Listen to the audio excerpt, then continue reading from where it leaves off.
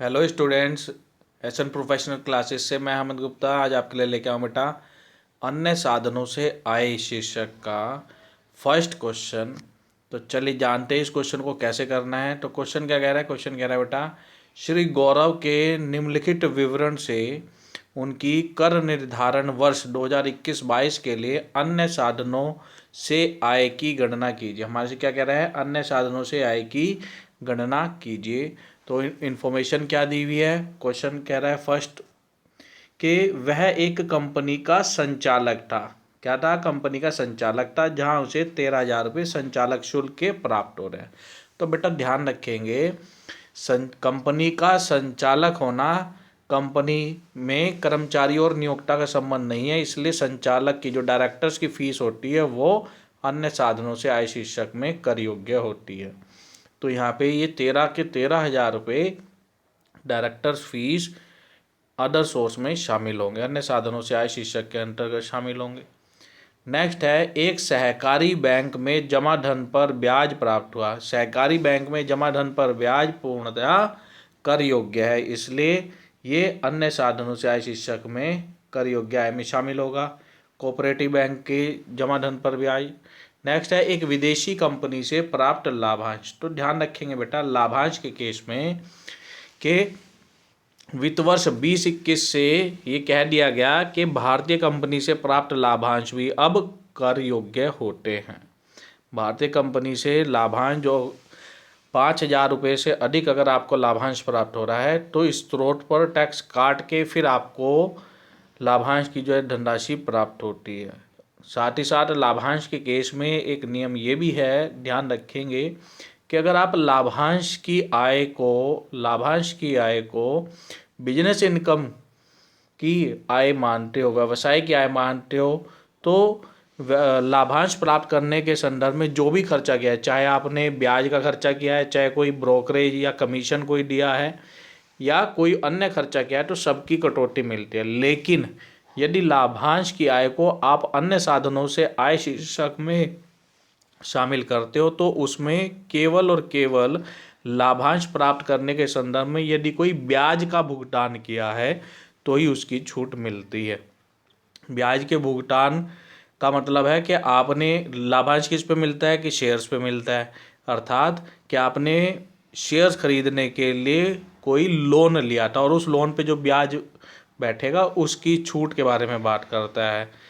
अन्य प्रकार के खर्चों की छूट नहीं मिलेगी। तो यहाँ पे इस क्वेश्चन में कह रहा है कि विदेशी कंपनी से प्राप्त लाभांश 6,000 रुपये, तो ये 6,000 रुपये आपके कर योग्य आय में शामिल होंगे। विदेशी कंपनी से प्राप्त लाभांश पूर्णतः कर योग्य है।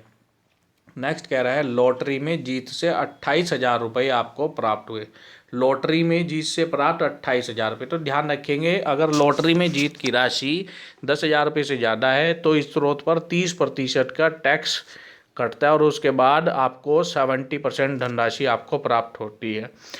ये ध्यान रखेंगे बेटा, जब हम टैक्स पर्पज से आपने एक वित्त वर्ष में कितना पैसा कमाया तो ध्यान रखेंगे वहाँ पे आपसे ग्रॉस अमाउंट के बारे में पूछता है, यानी कि आपने वास्तव में कितना कमाया। तो यहाँ पे क्वेश्चन में कह रहा है कि आपको लॉटरी से जीत से 28,000 रुपये प्राप्त हुए। रिसीव्ड अमाउंट के बारे में कह रहा है आपको, रिसीव्ड, जबकि आपको देखना है कि आपने वास्तव में कितनी राशि जीती थी। तो ध्यान रखेंगे ये जो आपको प्राप्त हुआ है बेटा 70% पैसे प्राप्त हुए हैं, तो इसलिए इसको आपने 100% बनाना है, जिसको हम यूज़ कहते हैं, टर्म कहते हैं कि आपने इसको ग्रोसअप करना है। ग्रोसअप करने के लिए क्या करेंगे, ये जो 28,000 रुपये की धनराशि है इसको 28,000 मल्टीप्लाई बाई 100 डिवाइड बाई 70 करेंगे, तो ऐसे आपकी 40,000 रुपये की, जो वास्तव में आपने लॉटरी में कितने रुपए जीते थे 40,000, उस पर 30% टैक्स काट के आपको 28,000 रुपये आपके अकाउंट में ट्रांसफ़र हो गया, अर्थात जो आपकी इनकम में शामिल होंगे वो 40,000 रुपये शामिल होंगे। फिर इसके बाद कह रहा है, इंग्लैंड में खेती से आए। तो ध्यान रखेंगे बेटा, भारत में खेती से आए, भारत में कृषि आए कर मुक्त है धारा 10 सबसेक्शन 1 के अंतर्गत, लेकिन विदेश में कृषि आय, विदेश की कृषि आय भारत में कर योग्य है। तो यहाँ पे क्या कह रहा है, इंग्लैंड में खेती से आए 78,000 रुपये, ये अन्य साधनों से आय में पूरे 78,000 रुपये शामिल होंगे। फिर इसके बाद कह रहा है कि एक रजिस्टर्ड सोसाइटी में व्याख्यान देने का ऑनरेरियम प्राप्त हुआ, ये भी हमारा अदर सोर्स आय में शामिल होगा, कर योग्य आय में शामिल होगा। तो चलिए स्टूडेंट्स देखते हैं रिप्रेजेंटेशन की वे में कि इस क्वेश्चन को कैसे करेंगे। डायरेक्टर्स फीस 13,000 रुपये, इंटरेस्ट फ्रॉम कोऑपरेटिव बैंक 2,000 रुपये, dividend from a foreign company 6,000 रुपये। ऐसे ही आपके विनिंग फ्रॉम लॉटरी 28,000 को ग्रोसअप करेंगे तो 40,000 रुपये। और income from agriculture in England, land situated outside India, क्या कह रहा है कि भारत के बाहर किया तो भारत ये कर योग्य होगी 78,000 रुपये।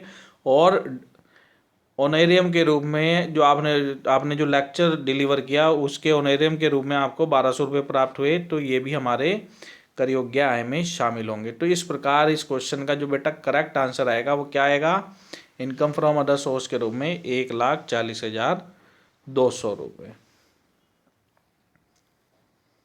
चलिए अब नेक्स्ट क्वेश्चन के बारे में जानते हैं। क्वेश्चन क्या कह रहा है, दूसरा क्वेश्चन, 31 मार्च 2021 को समाप्त होने वाले वर्ष के लिए विनय जौहरी की अन्य साधनों से आय शीर्षक में आय ज्ञात कीजिए, उनके विनियोग, उनकी इन्वेस्टमेंट बताई हुई है।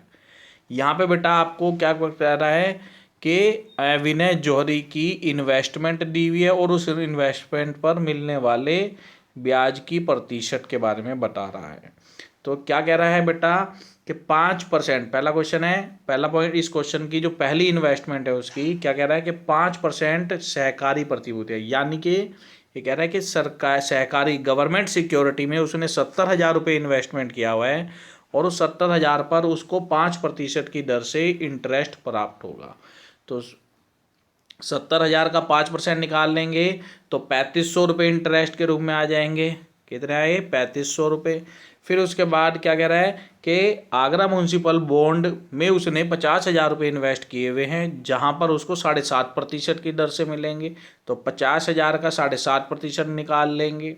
फिर उसके बाद कह रहा है आपको एक कंपनी के ऋण पत्र लिए हुए हैं उसने, जहाँ पे उसने 30,000 रुपये का इन्वेस्टमेंट किया है और उस इन्वेस्टमेंट पर उसे 9% की दर से इंटरेस्ट मिल रहा है। फिर उसके बाद कह रहा है बेटा 60% पूंजी विनियोग बॉन्ड। तो यहाँ पे क्वेश्चन में आपको डिफरेंट उसने इन्वेस्टमेंट दी हुई है और उसके सामने इंटरेस्ट रेट दिया हुआ है और हमारे से कह रहा है कि उसके अन्य साधनों से आय शीर्षक में कर योग्य आय की गणना कीजिए। तो ध्यान रखेंगे बेटा ये जो इसकी इन्वेस्टमेंट दी हुई है वो इसके अंदर जो लास्ट पॉइंट है 7% पूंजी विनियोग बॉन्ड, तो ध्यान रखेंगे ये स्पेसिफिकली कहा गया है कि यदि आपने कैपिटल इन्वेस्टमेंट बॉन्ड में इन्वेस्ट किया है तो इस बॉन्ड पर मिलने वाला ब्याज पूर्णतया कर मुक्त होगा, यानी कि फुल्ली एग्जम्प्ट होगा।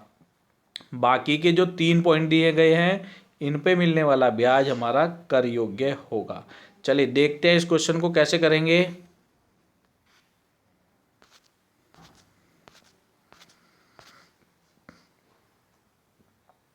तो स्टूडेंट्स आप देखेंगे फर्स्ट पॉइंट था हमारा कि गवर्नमेंट सिक्योरिटी में आपने 70,000 रुपये इन्वेस्ट किया था जिसपे 5% की दर से आपको 3,500 रुपये प्राप्त होंगे इंटरेस्ट के रूप में।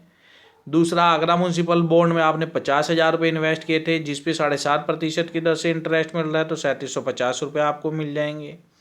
फिर आपने ध्यान रखेंगे क्वेश्चन में कहा था कि आपने एक कंपनी के डिबेंचर्स परचेज किए हुए हैं जिनकी कॉस्ट आपकी इन्वेस्टमेंट जो है 30,000 रुपये की है जिसपे 9% की दर से आपको ब्याज मिलना है, तो 2,700 रुपये हो जाएंगे। और चौथा पॉइंट बेटा कैपिटल इन्वेस्टमेंट बॉन्ड दिए हुए हैं, तो ये साफ साफ कहा गया है कि कैपिटल इन्वेस्टमेंट बॉन्ड में यदि आपने इन्वेस्ट किया है तो उस पर मिलने वाला ब्याज आपका कर मुक्त होगा, तो ये क्या कहलाएगा, एग्जम्प्ट कहलाएगा। तो इस प्रकार इस क्वेश्चन का जो करेक्ट आंसर होगा, जो आपकी अदर सोर्स की कर योग्य आय होगी वो होगी 9,950 रुपये।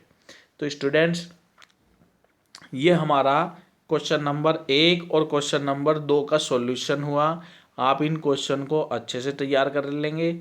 मिलते हैं अपने नेक्स्ट वीडियो में इसी प्रकार के इम्पोर्टेंट क्वेश्चन और फैक्टफुल इन्फॉर्मेशन के साथ। बने रहे हमारे चैनल के साथ।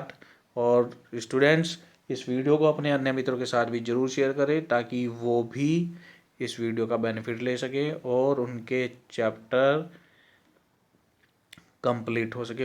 एक एक क्वेश्चन हम अपने चैनल पर अब रेगुलर बेसिस पर अपलोड करेंगे।